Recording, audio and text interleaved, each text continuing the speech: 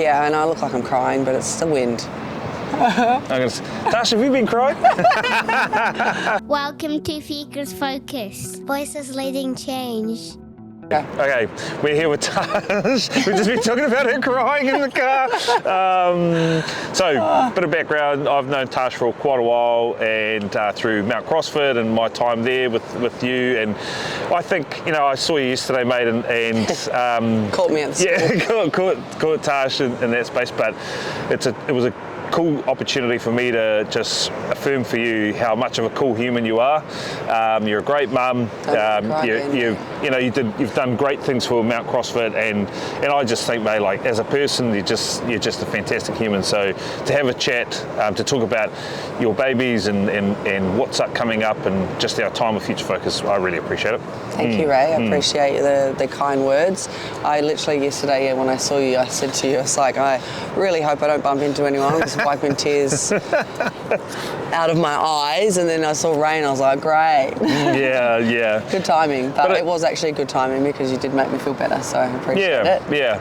And it's so you got a big move coming, and obviously, so how old was Summer when she started with us? I'm just 5 thinking, months. yeah, 5 months, yeah. Far out. Been with you guys for a while. And we were just talking about that she's the leader of the bikie gang.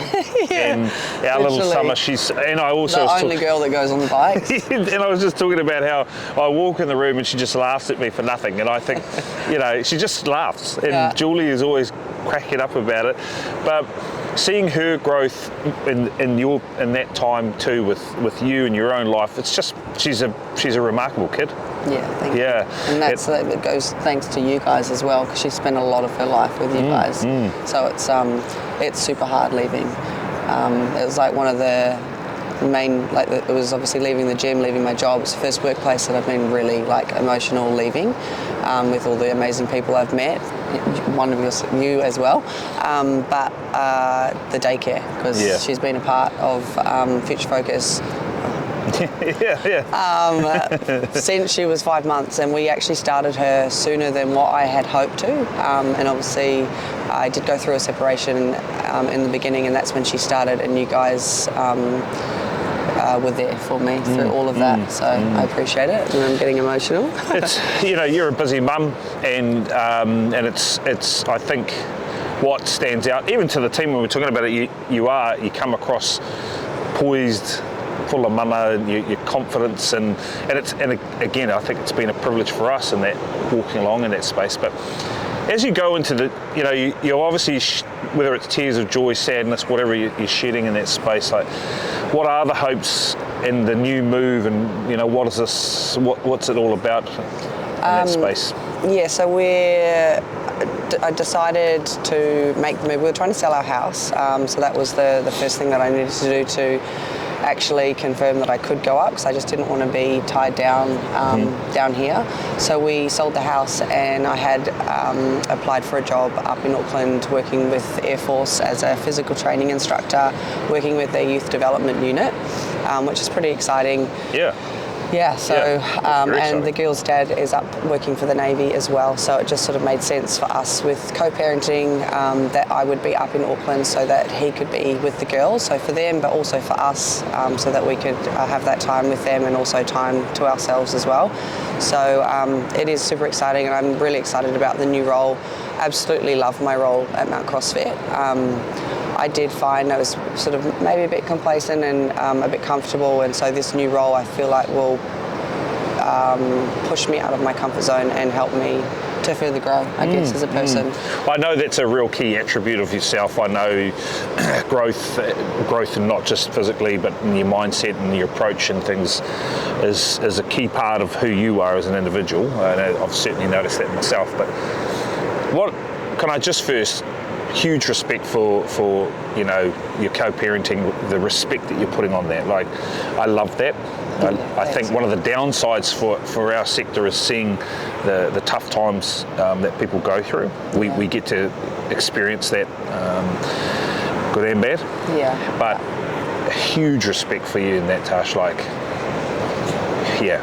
It could have been easier to just say, nah, we'll stick here, and the girls, but mate, like, I honestly, as a dad, I thank you for being so respectful in that space, because it's just... It is easy to be, like, I have my times of being really down and negative and in a bad headspace, and I just took some time to be on my own to do some like inner healing, which did take time, and now I'm in a really good headspace. And I think for other mums or dads going through separation, if there's one thing you can do for yourself but also for your kids, is just to put your own put your stuff to the side, and put your kids first. My parents went through a separation when I was older, and as one thing I remember is how they talked about each other, and I just never wanted that for my own kids. So we've done our best so far, and I hope that we can continue to do that up in Auckland. But yeah, just I think put your own stuff to the side. Do things that help you in that space. So for me, it was training at the gym, like that. Like for me, I hear a lot of people say they don't have time. You've always got time. And if it's 20 minutes, if it's a walk down the beach, just something where you can get your body moving, jump in the sea, something like that. Just something to help with that mental health side of things, because I did have some really down times, and that all helped me. Yeah. So let's talk about that, because we were talking about it earlier about the ocean. We're here, Papamoa Beach, and I know you guys were Thursday mornings. Yeah. You guys were swimming. What did the ocean bring? What does it bring for you? So me and my girlfriend Janie, she's also a legend of a mum that has helped me through lots of stuff over the last couple of years. But we'd meet here on a Thursday morning. We drop the kids off first, and then we'd meet here, jump in the ocean.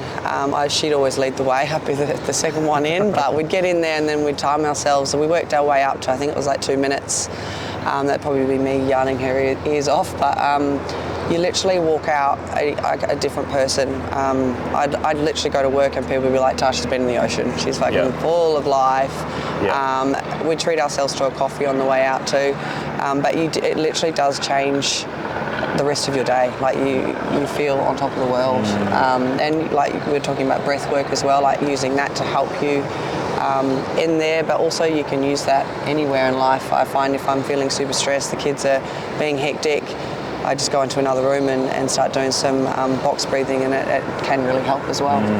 And because where are you from in Aussie? Sydney. Don't hold it against me. No, we don't, mate. But I know you certainly feel an affinity to the water, as do I. Yeah. And it reminds me of home. Yes. And it's the... Even now, like you got your shoes off, the same with me. It's like it is this grounding piece in there, and for a busy mum like yourself, Evie's at Tahatai and obviously summer in there, and you've got to get to the gym down the mountain, things like that. Yeah. That grounding piece matters, and it's only a shorter period of time, right? Yeah, it literally just sort of stops you where we are such busy people. In life now, you're just running from one thing to the other, and I think taking time just to be present in the moment, I do struggle with it, but I find like booking in time, even if it was like 15 minutes here meeting Janie, it didn't have to take long, but we'd get in the ocean, in that 15 minutes we'd have a good chat, offload, and then like you're in the sea, your feet are in the sand, and then we'd be off on our way, and it just set us up for success for the day. Yeah, and it's free. It's free. It's free. Yeah, you don't have to pay for it. Yeah. You might get the odd visitor, the shark, I don't know, but but we haven't. That's why I always would go on with Janie. That was my main fear. Let her go out first. Yeah. She'll get eaten first. Yeah. Sorry, Janie, I love you. So just let's dig in a wee bit to that program you're doing up in Auckland. So it's within that youth space, which is critical. Yeah. So what does that look like? What's the role? So we run 6-week courses, LSV courses, throughout the year. We work closely with the Ministry of Social Development. So the young kids that have obviously had a tough upbringing, they can actually volunteer to be on these courses. I'd say they'd have meetings with like the Ministry of Social Development around trying to find a job, and they're recommended to come on these courses. So when they come on, their phones are taken off them. They're given uniform, which they have to iron, so it's like they're joining military as such. So they have to keep their uniform intact. They have to sort of speak a certain way, and they basically throughout the course taught life skills. So like communication, like how they basically setting them up for success to be able to join the workforce with confidence. So my role in that will be teaching them the importance of eating well and exercise.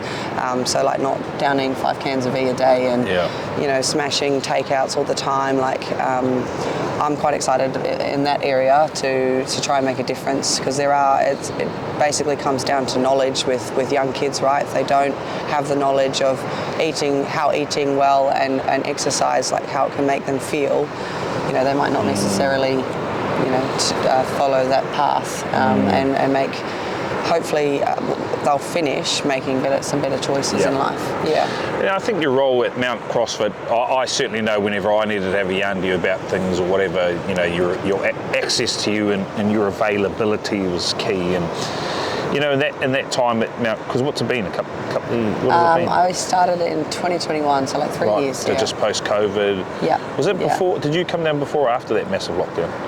It was the second big one. I was at Mount CrossFit, yes, so I remember we did some online videos for the members. That's right. Yeah. That's right. You know, in that time, and obviously I myself have worked in gyms as well, but it's like that access to people like yourself. How critical is it in that, because we're talking about children that you're going to, but I think for the members of Mount CrossFit and other gyms you've worked at, what's your hope when dealing with these people, because they've got access to you? What's always been your hope for them when helping them through whatever it's their training or their motivation? What's your strength, probably is the better way of dealing and supporting those people? My biggest thing is, I guess, just trying to make people aware of like the benefits of exercise and like how it really can help. We obviously at Mount CrossFit, I had lots of people that would come in and they'd sort of open up to me and tell me their life story or what's going on, and I really don't feel like being here. And I guess I just wanted to be there so that they could speak to me, and sometimes they might not, you know, train, but just knowing that I could be there for them to open up and talk. I've been through so much stuff in my own life, knowing that just being able to talk to someone and the benefits of that. So yeah, I guess just being there for people in that aspect, but also just showing them that through my own journey that really anything is possible. We've all got a choice. So I could choose to be down and sad and not be motivated, because a lot of the time I wasn't motivated to train, but it was, I guess, my discipline that I knew that if I just did 15 minutes, 10 minutes of exercise, how good I would feel afterwards for it, and then I would go home and be a better mum for it as well. Yes. Yeah, so that was, I guess, and still now, someone asked me recently, why did you change your Instagram name to the Mums? And I was like, I just feel like it used to be All Things Strength, and I've changed it recently to the Mums, because I feel like I just want, my goal is to inspire mums, not just mums, single dads, people in life, to just make that choice to put themselves first. Yeah. You put yourself first. If you're a mum, if you're a dad, then your kids are gonna be happy from it, you know. Kind of went off then, but but mate, like, you know, Courtney, mums are they're super people, bro. Like Courtney, you know, there's not a day I'm like blown away from, and what I still learn from her today, and just about being a mum and managing whatever she's got to manage and deal with me too and things like that. But the biggest kid. You are right, and mums, they are notorious for not putting themselves first. Yeah. And again, you are an example of that, you know. And like you said, we're not asking you to go on holiday every month. You're just saying, put 10, 15 minutes aside for yourself. It doesn't have to be much. Just that little bit of time. And like I said, it might not be going to the gym. It's not always easy. Not everyone has access to a gym. But even me, I worked in a gym, and some days I just didn't get a chance to because my time got taken up with something else. So I'd literally go home and do something in the garage, body weight or like you come down to the beach. I don't know. Whatever. Yeah. Well, Tash, thank you very much. We are really sad to see you go. I know Julie and Sarah, you know, we mate Julie, you know. Someone ran up to her yesterday and gave her a big hug. I'm like, you don't even do that to me. Julie's a legend. She's such a legend, honestly. And she just has, they've all loved someone like their own. Yeah. So, and you guys, you've done a lot for us. I couldn't recommend your centre enough.